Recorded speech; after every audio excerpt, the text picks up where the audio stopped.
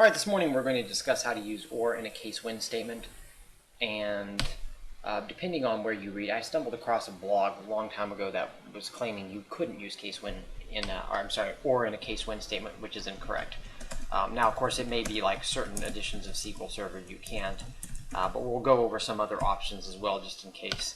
I do not have a dev environment. I mean that I don't have a dev environment in 2005 or 2000, so it is true that those editions may not allow you to use case when or in a case when statement. So, all right, so we're going to do a case when, and obviously clients 1, 2, and 3 are valid dates. 4 and on, those dates haven't occurred. So we're going to say when client equals 1, or, and I'm going to copy this, and the reason is because I can just reuse it, equals 2, or client equals 3, then we're going to say valid.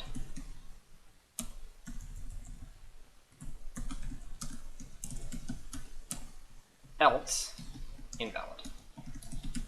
And we're referring to the date. And then end as date validity. Okay, so we're going to select the client. We'll go ahead and throw on the date here. And we'll say, you'll notice we're saying when the client is 1, or the client is 2, or the client is 3, then valid, else, invalid, and as date validity. And you will notice that it performs well. And like I said, there may be a blog post or two, because I at least stumbled across one that said, oh, you can't do that. And I was like, well, I just did. In fact, I even used their temp table data set. So let's suppose that you do run across an environment where this doesn't work. Is there another way around? And yeah, there's actually a few ways around. Now, remember in my previous videos, I discussed how to use case when part 1 and part 2. I use a between operator, right? You could use a between operator. You could say when client is between 1 and 3, then valid, else invalid. And you can see we have this same exact answer.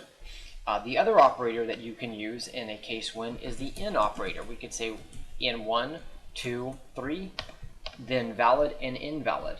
This is very useful, especially in this in is very useful in ID fields. As a case in point, one of the ones that I've used this in is we were measuring substances that we found with certain chemicals. And so chemicals each got an ID, and so it was when the chemical ID is this, when the chemical ID, and so it could be all over the place. For instance, I'm going to mess this up as a case in point, but I could say 2, 4, 6, 8, and then I'd say case then even and case odd, and you'll see. And that's why this is very handy. I recognize that when you do 1 through 3, it's like, well, why don't you just use a between? Because 1, 2, and 3, you could just use a between. But you could also do, 2, 7, and you get something like that, and no, that's not correct on these. However, the in operator is very useful in many situations, especially if your IDs are kind of all over the place. So you can use an or you can use an in, or you can use a between. Those are some of the operators that do very similar things, and this works in 2008 R2, and I also believe in 2012. I know in works in all the environments, and between works in all the environments.